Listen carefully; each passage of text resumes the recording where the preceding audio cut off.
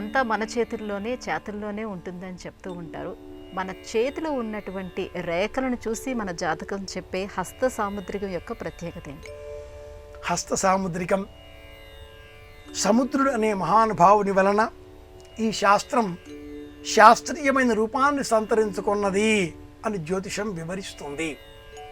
సిద్ధాంతం, సంహిత, హోర, ప్రశ్న, శకునం అనే 5 విధాలుగా ఉండేటటువంటి 5 అంగాలతో ఉండేటటువంటి జ్యోతిష శాస్త్రంలో శకునము అనే 5వ విభాగములో సాముద్రికము ఒకటి.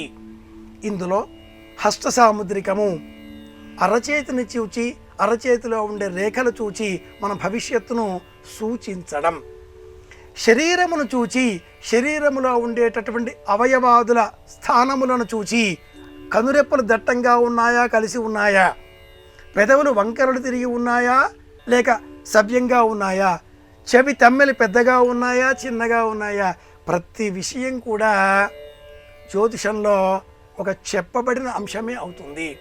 ఎదుటివారిని చూచి ఎదుటివారి రూపురేఖలు చూచి రేఖలు చూచి వారి మనస్తత్వాన్ని అంచనా వేయడం ఈ శాస్త్రం మనకు అందించేటటువంటి ప్రయోజనం.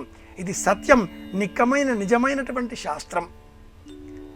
మనకు చెప్పేటటువంటి వారు సవ్యంగా చెప్పకపోవడంతో శాస్త్రం పైన అపోహలు పెరిగిపోతున్నటువంటి ఈనాటి కాలం నేపథ్యంలో శాస్త్రం తప్పు కాదది.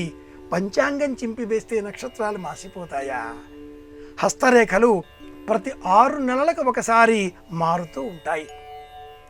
ఫీటస్గా ఉన్న సమయంలో 272 రోజులలో తల్లి కడుపున ఉన్న కాలంలో ఆ శిశువు పిడికిలి బిగించి ఉన్న కారణం చేత ఈ రేఖలు ఏర్పడతాయి అని మాట్లాడే ఆధునికులు ఏ ఇద్దరి చేతిలో ఉండే రేఖలు కూడా సమానంగా ఉండవు అన్న అంశాన్ని అంగీకరిస్తారు.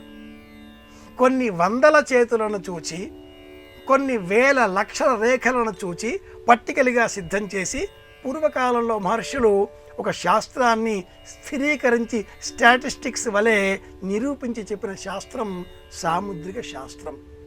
ప్రధానంగా ఉండే 13 రేఖలలో జీవన రేఖ, బుద్ధి రేఖ, హృదయ రేఖ, వివాహ రేఖ, సంతాన రేఖ, విద్యారేఖ, కుజరేఖ, యాక్సిడెంట్స్ అవుతాయా లేదా చెప్పే 2వ రేఖ, అలాగే భోజన రేఖ, ఆయుర్దాయ రేఖ, ఉపరేఖలు ప్రధానంగా అరచేతిలో 13 రేఖలు ఉంటాయి. ఇవి కాకుండా ఉపరేఖలు వేలాది, ద్వీపాలు, బిందువులు, సింధువులు, చుక్కలు, ఖండల బిందువులు, ఆర్షరేఖలు 18 అనేకం ఉంటాయి. ఇవి మారుతూ ఉంటాయి. వీటిని చూచి జపం చేసే వ్యక్తి, తపస్సంపన్నుడైన వ్యక్తి ఇది జరుగుతుంది అని చెబితే జరిగి తీరుతుంది. కాబట్టి సముద్రుని అనుగ్రహం ద్వారా మనకు లభించిన ఈ శాస్త్రం ఈనాటి కాలంలో అంచనాలు తప్పడం, పొల్లుపోవడం, కొన్ని సందర్భాలలో నిజం కాకపోవడం కారణంగా అనేకులు శాస్త్రాన్ని నిందిస్తున్నారు. ఇది దోషం. చెప్పే వ్యక్తులది ఆ దోషం, అంతేకాని శాస్త్రానిది కాదు.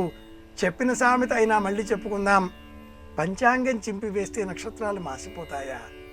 మనం సరిగా చెప్పడం లేదంటే అది మన దోషం కానీ శాస్త్ర దోషం కాదు. ఇది సాముద్రిక శాస్త్రం.